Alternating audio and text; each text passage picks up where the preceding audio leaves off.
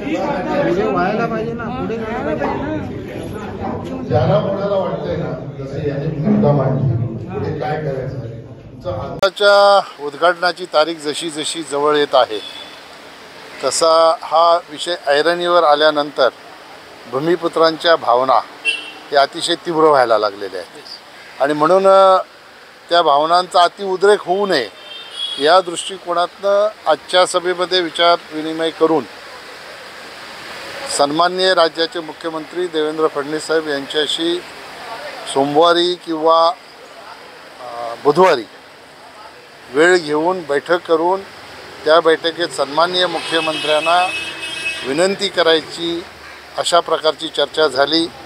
कारण आपला प्रस्ताव जो आहे हा PMOमध्ये आहे आणि PMOमध्ये प्रस्ताव असेल तर सन्माननीय मुख्यमंत्र्यांनीच त्याच्यामध्ये हस्तक्षेप करणं आवश्यक आहे. राज्याचे मुख्यमंत्री सन्माननीय देवेंद्र फडणवीस साहेब यांनी ह्या विमानतळाला दिबा पाटील यांचं नाव लागावं ह्या दृष्टिकोनातनं एकनाथ शिंदे साहेब मुख्यमंत्री असताना दोन्ही सभागृहामध्ये दिबांच्या नावाचा प्रस्ताव पारित केला आणि केंद्र सरकारकडे पाठवला.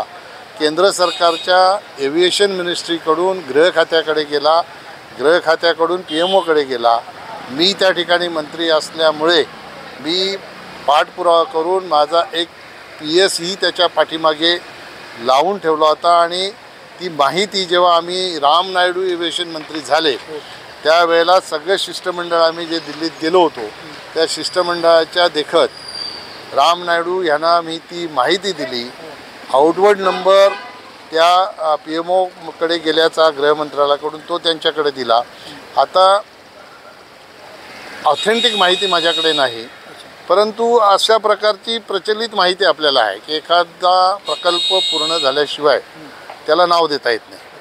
आता ह्या आपलं नवी मुंबई विमानतळ हे पूर्ण झालं आहे, हे नामकरणाच्या प्रतीक्षेत आहे आणि उद्घाटनाच्या प्रतीक्षेत आहे आणि म्हणून लवकरात लवकर त्याला दिवांचं नाव द्यावं अशा प्रकारच्या भावना सगळ्याच सहकाऱ्यांच्या आहेत, याच्यामध्ये काही दुमत नाही. परंतु तारखा ज्या येतात त्या अधिकृतरित्या तारखा आल्याची माहिती माझ्याकडे नाही. कोणी सांगतो 30 तारखेला होणार. आज एका सहकाऱ्याने माहिती दिली की 30 तारखेचं कॅन्सल झालेलं आहे आणि परवा मी आमदार प्रशांत ठाकूर यांची बाईट बघितली, त्यांनी अशी माहिती दिली की 30 तारखेला बहुतेक होईल, पण 30 तारखेला तो जर व्हायचं असेल तर ते उद्घाटन होईल. उद्घाटन झाल्यानंतर ह्या सगळ्या गोष्टी रितसर करण्यासाठी 45 दिवसाचा अवधी लागेल अशा प्रकारे त्यांनी त्यांच्या बाईटमध्ये सांगितलं. मला काही माहिती नाही. त्यांच्या बाईटमध्ये अशी माहिती दिली असेल तर मग उद्घाटनाच्या तारखेच्या वेळेला नाव द्यावं की ॲक्च्युअल सुरू होईल तेव्हा नाव द्यावं अशा प्रकारचा प्रश्न उपस्थित होऊ शकतो.